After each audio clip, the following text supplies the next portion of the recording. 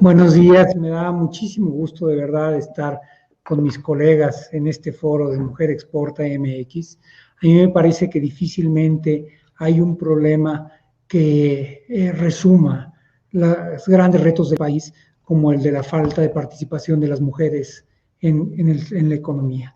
En unos cuantos indicadores quedan mostradas la falta de equidad y la desigualdad que puede tener nuestro país en diversos rubros, pero en particular en el de género, pero también una de las razones principales por las cuales el país no crece más y no crece de manera más incluyente. Y esto es algo que hemos venido conversando desde hace algunos meses, pero justo me parece que estamos haciendo la transición entre conversarlo y acciones concretas que permitan cambiarlo.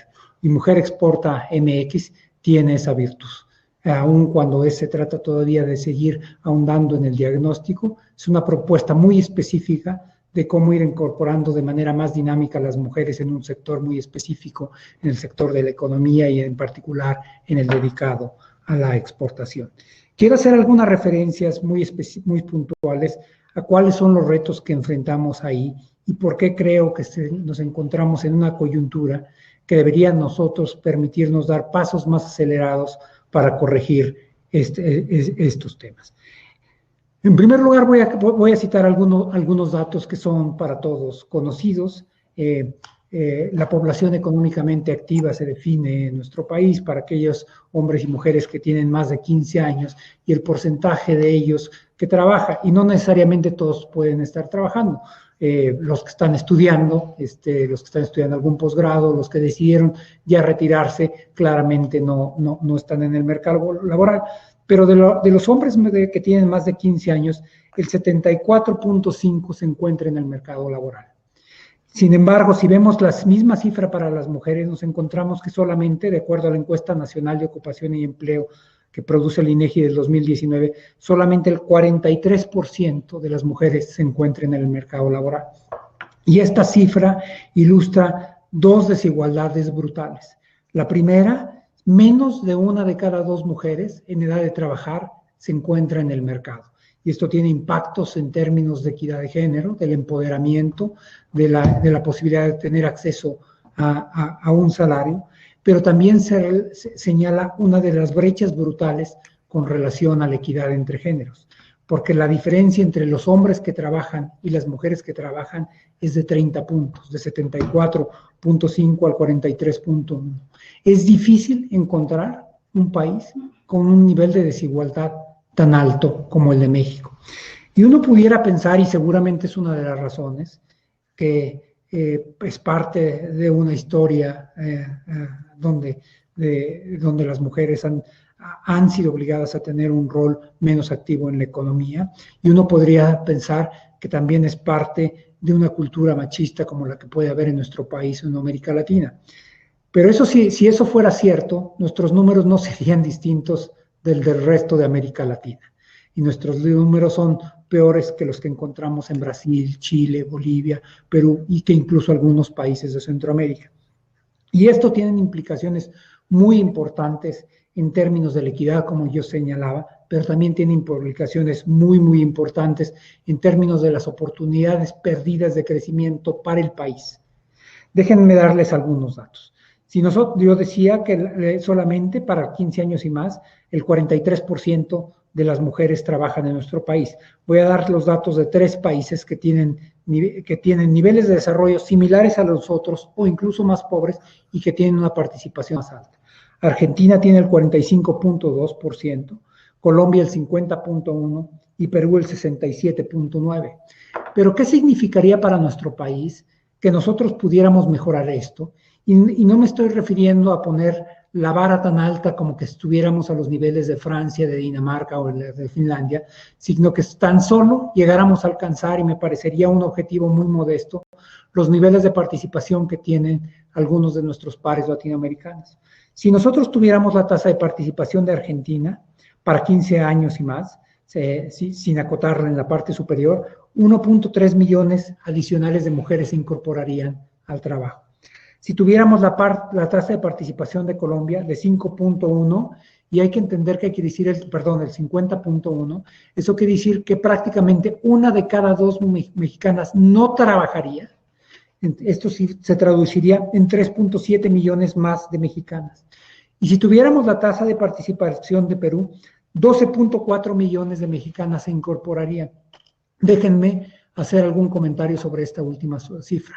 Estamos viviendo la crisis más grave del país desde 1932. Y tanto entre empleos formales y en empleos y informales, se supone que salieron del mercado laboral alrededor de 12 millones de mexicanos. Temporalmente ya hemos recuperado cerca de 7 millones de mexicanos.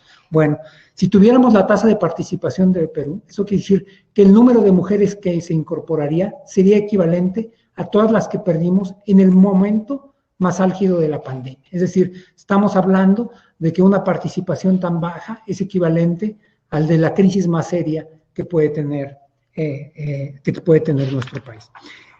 Y lo que tenemos que preguntarnos es por qué pasa esto y qué es lo que podemos hacer para corregirlo. Y habrá que recordar que esto pasa a todos los niveles, al nivel desde las pymes y de las MIPYMES, y es muy importante que estemos actuando hoy sobre esto y que Mujer Exporta MX esté dedicada a eso. Pero también, curiosamente, pasa al resto de los niveles. Si nosotros nos vamos a la parte de las empresas más sofisticadas, de acuerdo a las cifras de la OECD, en los altos puestos directivos, para la OECD, solo el 20% de las mujeres tienen puestos directivos. Es decir, el problema de género es también un problema de los países avanzados. Pero en México no estamos al 20%, estamos únicamente al 7.5%, una cantidad inexplicable.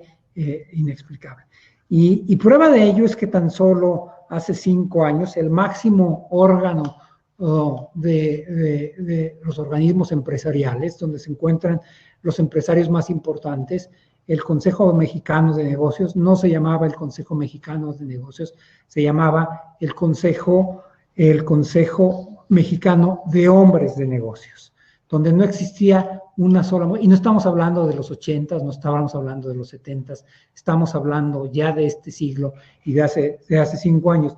Dado que se le permitió a una mujer entrar, a María Asunción Aramburuzabala, del Grupo Modelo, el nombre se cambió al Consejo Mexicano de Negocios. Y yo he tenido la oportunidad de que me hayan invitado en unas 3 o 4 ocasiones a estar en su consejo, y ya no hay una, pero hay 3 o 4. O sea, en mesas de 30 o 40. Así es que este es un problema que corta todos los sectores, desde los sectores más modestos de la economía hasta los sectores más sofisticados de la economía. Y uno tendría que preguntarse qué es lo que está alrededor de ello y cuáles son las consecuencias de ello. Algunas de las consecuencias son que la brecha salarial, donde hay donde las mujeres tienen un 21% de salarios menos que los hombres, es decir, no solamente participan menos en el mercado laboral, sino que se les paga menos a las mujeres.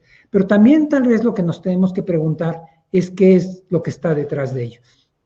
Y voy a referirme solamente a dos observaciones, porque son lo que ha venido detonando parte de la dirección a la que tendríamos que irnos moviendo. Con relación al cuidado de los hijos, las mujeres dedican 40 horas al mes más que los hombres, es decir, casi como si tuvieran una semana más de jornada laboral, que por supuesto no está bien pagada.